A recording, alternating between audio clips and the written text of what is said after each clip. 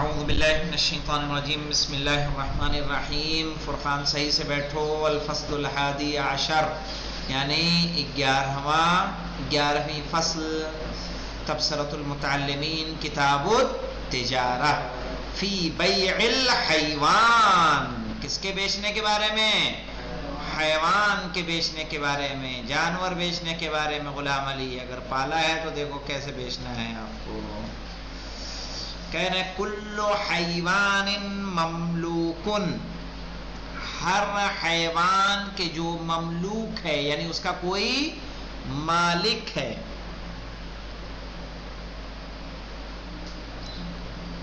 یصح بیعہ، اس کا بیچنا کیا ہوگا؟ صحیح ہوگا. ہر حیوان جس کا کوئی مالک ہے اس کا بیچنا کیا ہوگا؟ صحیح ہوگا. اب پتہ چلا غلام علی جو کتے گھومنے آتے ہیں اسے بیچ دے تو وہ مالک ہے اس کا نہیں، تو اس کا بیچنا صحیح ہوگا؟ نہیں صحیح ہوگا. کہہ رہے کل حیوان مملوکن، ہر حیوان جس کا کوئی کیا ہے؟ مالک ہے. یصح بیعہ، تو اس کا مالک اسے بیچ سکتا ہے. ایسا نہیں کہ مالک ہے پتہ چلا فرقان اور اسے بیچ دے کون؟ بھنگور. وَيَسْتَقِرُّ مِلْكُ الْمُشْتَرِي عَلَيْهِ، اور جب بیچے گا بیچنے والا تو یستقر ملک المشتری، تو پھر وہ ملکیت مستقر ہو جائے گی کس کی؟ خریدنے والے کی. علیہ یعنی علی ذلک الحیوان، یعنی جس حیوان کے مالک فرقان تھے بیچنے کے بعد وہ حیوان کس کا ہو جائے گا؟ خریدنے والے کا ہو جائے گا اور وہ اس کا مالک ہوگا.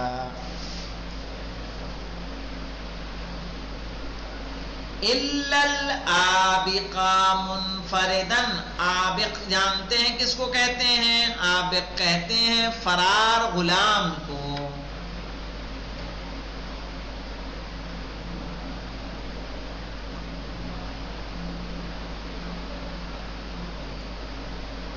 غلام فرار ہے، مولانا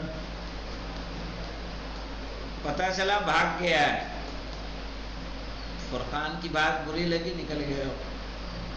اب فرقان کیا کریں؟ اسے بیچ دیں چراغ کے ہاتھ. جاؤ سو، یعنی اس کی قیمت 1000 ہے، 1000 درہم ہے یا 1,00,000 روپے ہے، اسے بھی بیچ دیں 10,000 روپے میں. جاؤ لے جاؤ، پکڑ لو تو تمہارا.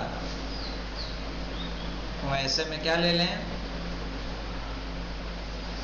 یہ بیچنا جائز ہوگا؟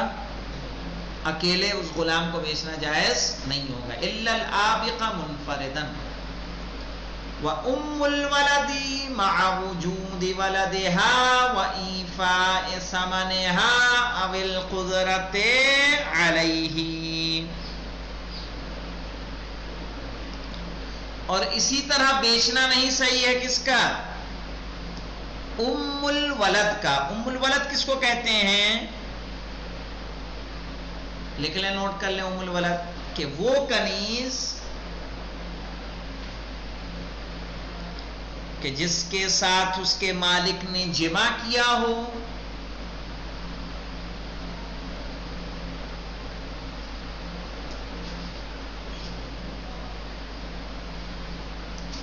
اور اس سے بچہ ہوا ہو،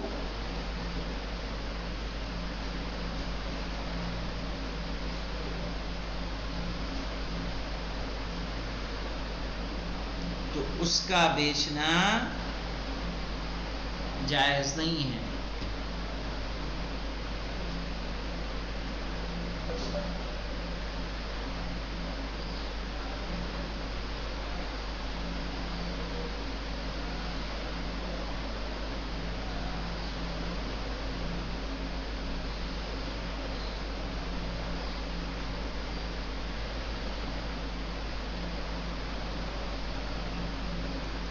کس صورت میں بیچنا جائے؟ وَأُمُّ الْوَلَدِ، یعنی وہ کنیز جس کا بچہ ہو، مع وجود ولدہا، جب اس کا بیٹا کیا ہو؟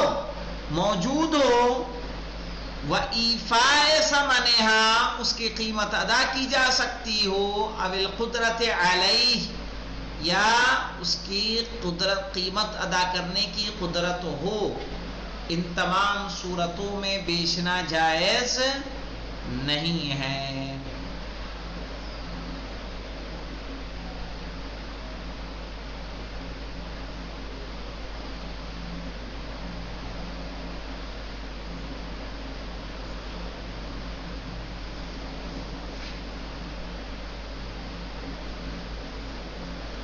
اب یہاں پہ دیکھیں مولانا، سمجھ میں آیا؟ وہ ام الولد مع وجود ولدہا، وہ کنیز جس کا بچہ ہو کہ جب اس کا بچہ موجود ہو اس کی قیمت ادا کی جا سکتی ہو یا ادا کی جا رہی ہو تو اس کا بیچنا جائز نہیں۔ الا ان یکون العبد ابا للمشتری، سوائے اس کے کہ غلام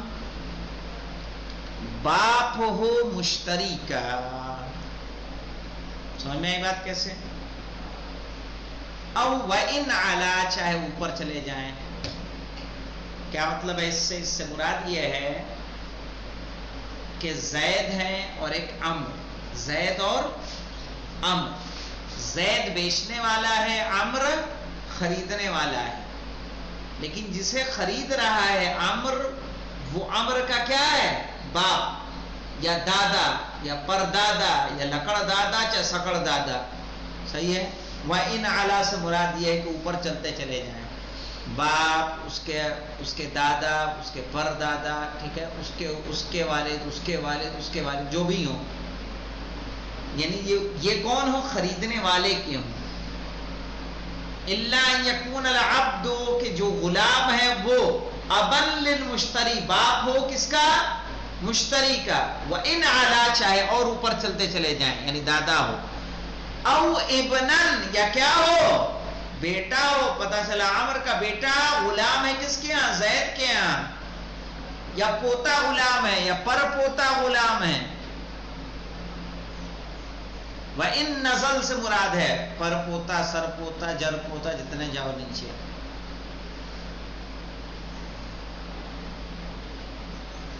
او واحدۃ من المحرمات علیہ نسبا ورضاعا، اور اسی طرح سے ان محرمات میں سے ہو، چاہے وہ نسبتی ہو یا رضاعی، کہ جس سے اس کی شادی نہیں ہو سکتی، جو اس کے محرم ہیں۔ نسبت سے کیا مراد ہے؟ نسبت سے یعنی جن سے جو ہے شادی اس کی نہیں ہو سکتی، چاہے رضاعت کے سبب، جیسے بہن ہے، خالہ ہیں، پھوپھی ہیں، یا بھتیجی ہے، بھانجی ہے،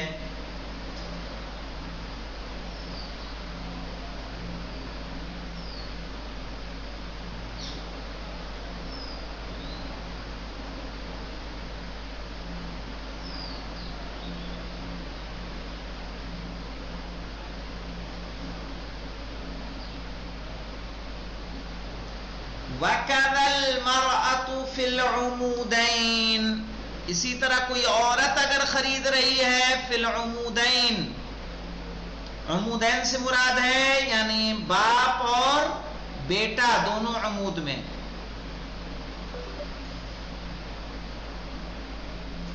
یعنی اوپر کی طرف چاہے نیچے کی طرف۔ فَيَعْتِقَ عَلَيْهِ لَوْ مَلِكَهُ، تو وہ سب آزاد ہو جائیں گے اگر وہ ان کا مالک بنے گا۔ کیا مطلب؟ اس کا مطلب یہ ہے کہ پتہ چلا زید اور عمر کی ہم نے مثال دی تھی کہ عمر کا باپ یا عمر کا دادا غلام ہے کس کا؟ زید کا۔ تو زید اگر اپنے دادا کو خرید لے گا تو وہ اس کا غلام ہو جائے گا عمر کا، یا آزاد ہو جائے گا؟ آزاد ہو جائے گا، ٹھیک ہے۔ اسی طرح سے پوتا، پتہ چلا عمر کا پوتا زید کے پاس غلام ہے، زید نے عمر نے اگر خرید لیا تو وہ پوتا کیا ہو جائے گا؟ آزاد ہو جائے گا۔ یا ایسے ہی آپ کی بہن ہے جو کسی کی کنیز ہے، آپ نے خرید لیا تو کیا ہو جائے گی؟ آزاد ہو جائے گی۔ یعنی ایسے وہ افراد کے جو نسب کے اعتبار سے یا رضاعت کے اعتبار سے جو آپ کے محرم ہیں، جن سے شادی نہیں ہو سکتی، اگر وہ کسی کے کنیز ہیں تو کیا ہو جائے گا؟ آزاد ہو جائیں گے۔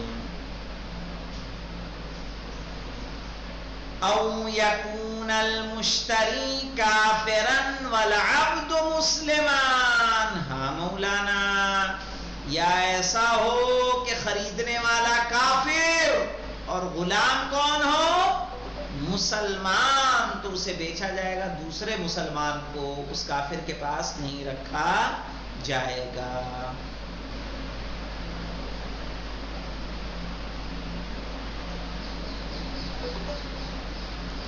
او یکون موقوفان، یا غلام کیا ہو؟ کہیں کے لیے وقف ہو کہ اس مسجد کے لیے میں نے غلام کو وقف کر دیا، اس مدرسے کے لیے ہم نے وقف کر دیا۔